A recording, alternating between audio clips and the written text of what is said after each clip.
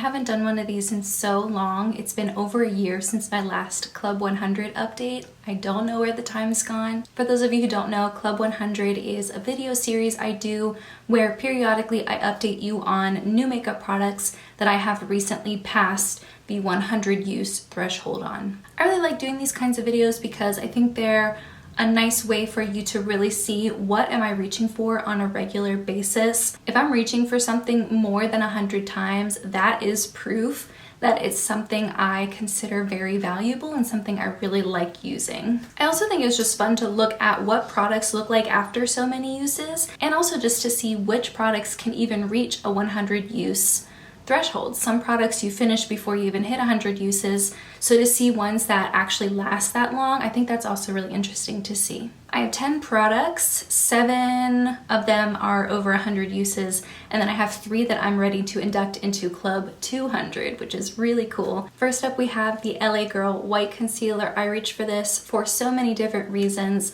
Sometimes I add a little bit of this to my foundation to make it a little bit lighter and match me better. Sometimes I mix it with a cream blush or a liquid lipstick or a cream lipstick, or something that I want to lighten up a little bit to wear as a cream blush. This just comes in handy so much. I've reached for it 125 times. I do like this more than the LA Girl White Foundation, even though you do get more product for less. The average cost per ounce is cheaper. I don't like the formula for that as much. This is creamier, not too heavily pigmented that I have to be really careful with it.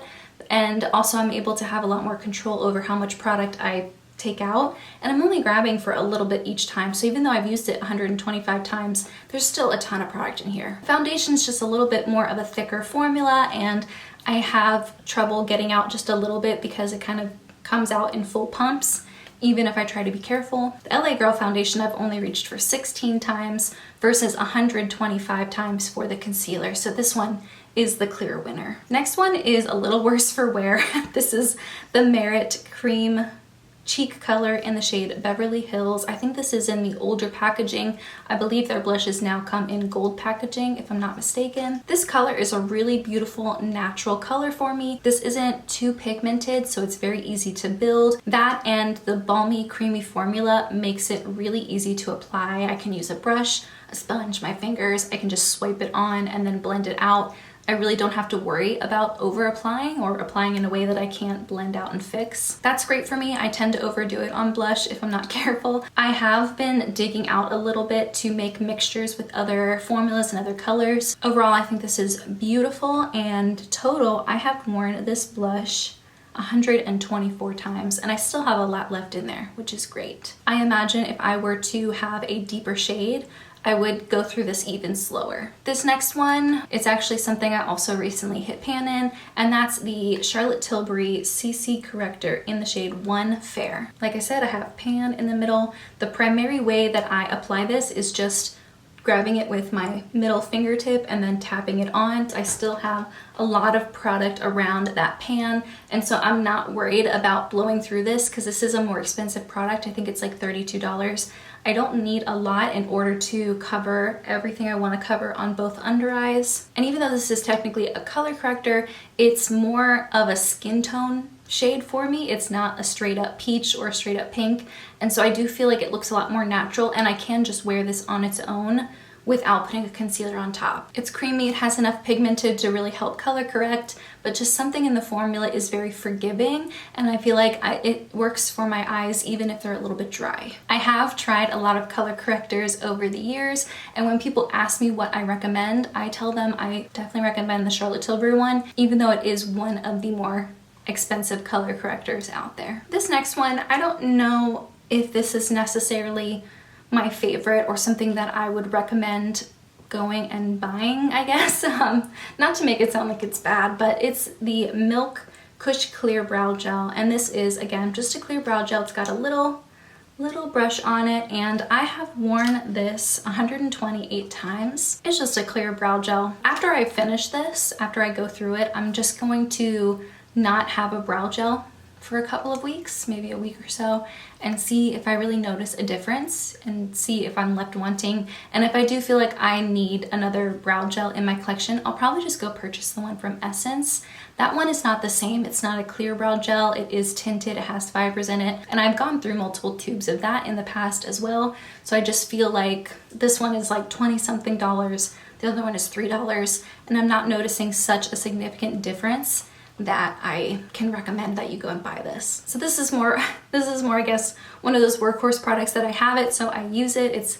I just have it in my routine, so I'm used to reaching for it. It's not doing anything to make my brows look worse, and so I have no problem wearing it. I wouldn't say I get that excited about brow gels, just with the type of makeup I wear and just the way my brows are already. So I'm not really the person to go to if you're looking for solid recommendations, but this is still a part of Club 100 nonetheless, so I wanted to talk about it today. This is another one that I am perfectly fine wearing it and using it until it's finished, but I wouldn't say it's like the best concealer out there, and this is from e.l.f. It's the Hydrating Camo Concealer Satin Finish. I have the shade Fair Beige, and I would say this is a really good shade match for me. There's a lot of windowing in that packaging, so I don't imagine I have a ton left, and I've worn this 105 times. I am really glad to see an affordable concealer that still has a lot of uses in it. I think this was probably $6 or $8, and getting over 100 uses and still having enough product left over, I think is really good. This is something I would recommend if people are looking for a satin medium coverage concealer. I love the Vive concealer. I've been wearing the Natasha Denona concealer and really liking that one too, just for slightly different reasons. I would say those are my two top concealers right now, but this one is a really solid choice. If you're looking for a certain type of concealer and you want it to be affordable, this is definitely one that I would recommend. Next one is one of my newest inductions, and that is an under eye setting powder from Pat McGrath, and this is the Skin Fetish Sublime Perfection Blurring Under Eye Powder in the shade Light. This is a white translucent powder. For those of you who watch my videos regularly and have been around for a while, you know I love the Besame Violet under eye setting powder, but I remember hearing people talk about this as one of their favorite under eye setting powders, and I swatched it in store and really loved how it felt. It's very soft and light feeling, and it is brightening. If you can see my fingertip, it's brightened for sure. All good things. I still love the Violet setting powder, and for being an expensive product, I think this is in the 30s. I think it's $32 or $36. I have been wearing this a lot. I have worn it 101 times, and even though the dome has definitely gone down a little bit, there is still a ton of product left in there, so that's pretty good. Maybe this will be in Club 200 next time, who's to say. The next one is one that I've been talking a little bit more about recently.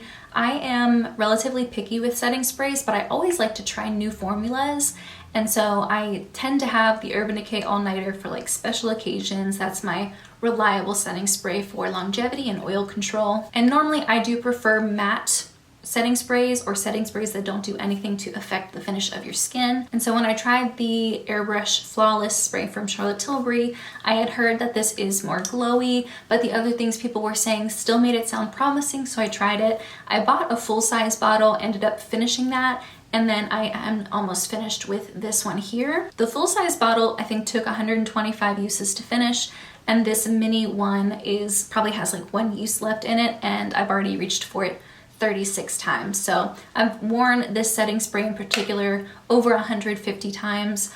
I really like it. I surprised myself because I don't like stuff that gives me a lot of glow. But the thing that's different about this is, yes, you spray it on your face and it gives you a glow, but it still sets. It doesn't make your skin feel greasy or wet. I mean, it does at first when you spray it on, but after it dries. And so if there are certain parts of my face that I do want to just gently powder, maybe my chin, right next to my nose, right between my brows, I can still do that and still have a really beautiful base, but this kind of just brings life back to my skin. And if I don't apply too much, I get a subtle glow without overdoing it. I bought this mini set, I think during the holidays last year, and so this one is the White Tea of Bali fragrance, and then I guess I still prefer just the regular one, but this one was perfectly fine and I enjoyed it. I think this is a really beautiful formula, and I understand why people talk so positively about it. These next two products are probably two of my most used makeup products of all time. They are staples, they are workhorses, they are reliable, and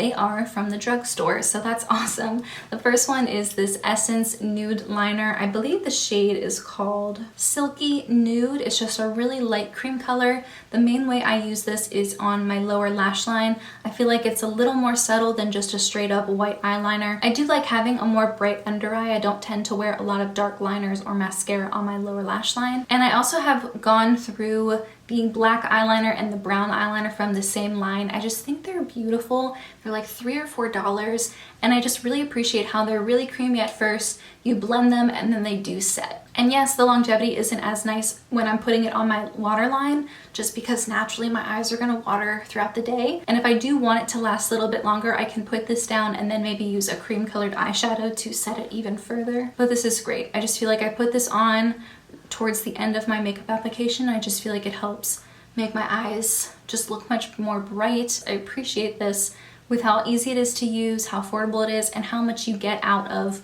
this $3 or $4 pencil. I still have plenty of product left, and I have already reached for this 267 times. The next one I've used 266 times, and that's the Ulta Beauty Matte Eye Primer. This is a new tube. I didn't necessarily finish the other tube that I had. I had a little bit left of it, and I ended up giving it to a friend for her to use for her wedding day. This one is interesting because it definitely has a little bit of a tint to it, and so it helps to cancel out any veins or discoloration I have on my lid, but it is relatively translucent and skin-like, and has a little bit of a silkiness to it, and then when it sets down it just does a really great job at being an eyeshadow primer and helping my eyeshadow last longer and prevent it from creasing. I think this is $12, and like I said, I got over 250 uses out of that original tube, and I still wasn't finished with it, so you do get a lot of product out of your tube. So the Essence Nude Liner,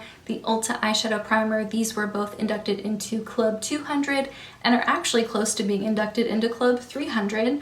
And then the very last product inducted into Club 200 is an eyeshadow palette. This is the Too Faced Born This Way Natural Nudes palette. I do have pan in quite a few of these shades, and I have mentioned before, I do like the palette overall, but I would say the mattes are definitely my favorite part of the palette. It does run very warm and rosy, which is perfectly fine. I definitely have a need for those types of shades, but if they came out with a cool version of this, maybe even just of their mattes, I would be so excited. I did see that they have a mini that is much more cool, and I think it's the same formula and setup as this palette, but it's just smaller. But this is beautiful. I've worn it for so many beautiful special occasions.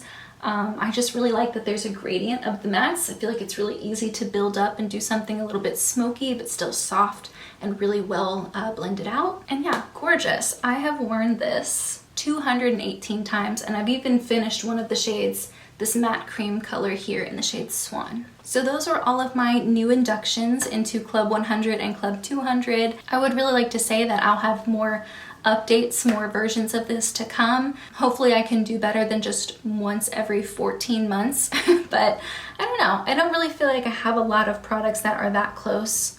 Well, I say that, but then I look at my spreadsheet and I actually am kind of close on some. So who knows, maybe my next update will be sooner than we expect. I do know that Chic Geek was doing a Club 100 version of her own, but it was more like a Project Pan style, and so I will have that playlist linked in the description box. I think that's a really cool way to incorporate trying to use products more often. But in the meantime, that's everything I have. Thank you so much for joining me, and I will see you in my next video.